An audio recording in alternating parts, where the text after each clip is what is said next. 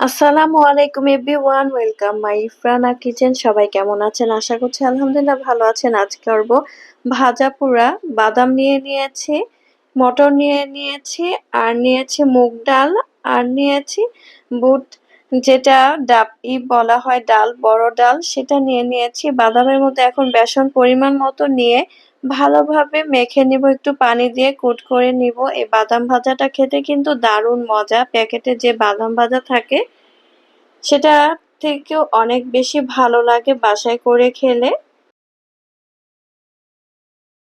বাদামটা খুব ভালোভাবে কোট করে নিব, কোট করা হয়ে গেছে। আর বাকি উপকরণগুলো এভাবে থাকবে। বাদামটা আমি এখন তেলের মধ্যে ভেজে নিব। 1 কাপ তেলের মধ্যে এখানে বাদামগুলো দিয়ে দিলাম।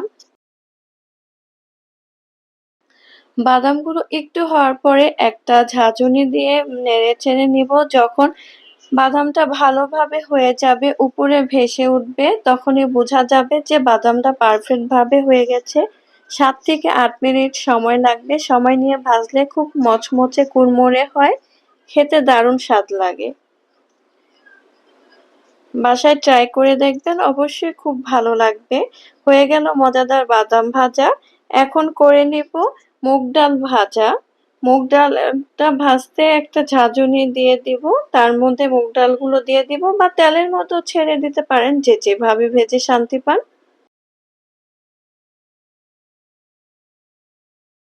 ডালগুলো ভাজা হয়ে গেলে উপরে ভেসে আসবে, একদম ভেসে উঠে যাবে।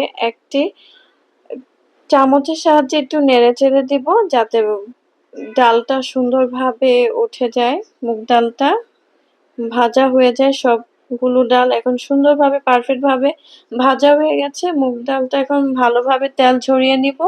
তেলের মধ্যে সরাসরি দিয়ে দিয়েছি মুগ ডাল। এভাবে একটা চামচের সাহায্যে নেড়েচেড়ে ঝাঁঝুনি দিয়ে উঠিয়ে নিতে হবে।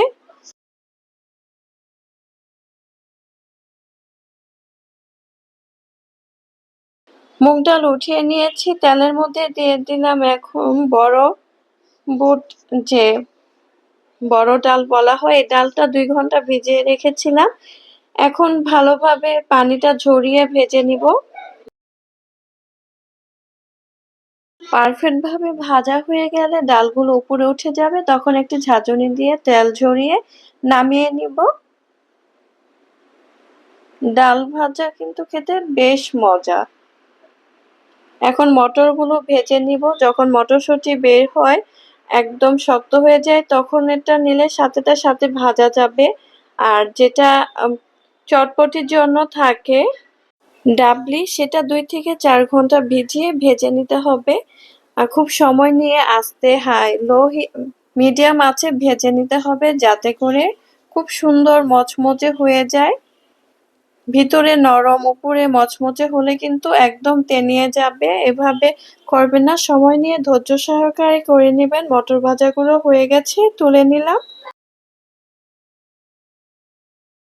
মশলা অ্যাড করব। বিট লবণ 1/2 চামচেরও কম নিয়ে নিয়েছি। চাট মশলা 1/2 চামচ নিয়ে নিলাম। টেস্টিং সল্ট নিয়ে নিলাম 1/2 চামচের কম। লবণ দিয়ে দিব 1/2 চামচের কম। আর দিয়ে দিব মরিচের গুঁড়ো 1/2 চামচ। সবগুলো মশলা একত্রে মিক্সড করে এখন সবগুলো উপকরণের মধ্যে দিয়ে দিব। বাদাম ভাজা, মটর ভাজা, বড় ডাল ভাজা, আর ডাল ভাজা, সবগুলোর মধ্যে পরিমাপ মতো দিয়ে দিব চাট মশলা। মিক্সড করে যেটা করেছি, চাট মশলা আমি বাসায় করে নিয়েছি।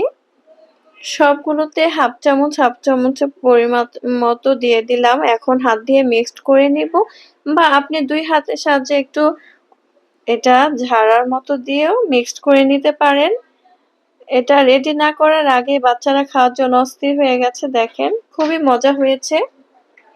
খুব সুন্দরভাবে সবগুলো এখন মিক্সড করে নিব। বৃষ্টির দিনে কিন্তু খেতে খুবই ভালো লাগে, বা শীতের মধ্যে এটা, কারণ গরমের মধ্যে করতে গেলে অনেক কষ্ট হয়, অনেক ঘাম ঝরে। তো বৃষ্টির দিনে, শীতের দিনে এগুলো করতেই খুব ভালো লাগে, ঠান্ডা ঠান্ডা পরিবেশ থাকে। সবগুলো হয়ে গেল রেডি। সবগুলোই খাবার হয়ে গেল রেডি। পরিবেশন করব। খুব মজা হয়েছে। অবশ্যই বাসায় ট্রাই করে দেখবেন সবাই। ভালো থাকবেন। আমার ইরফানা কিচেনে সাথে থাকার জন্য অসংখ্য ধন্যবাদ। আল্লাহ হাফেজ।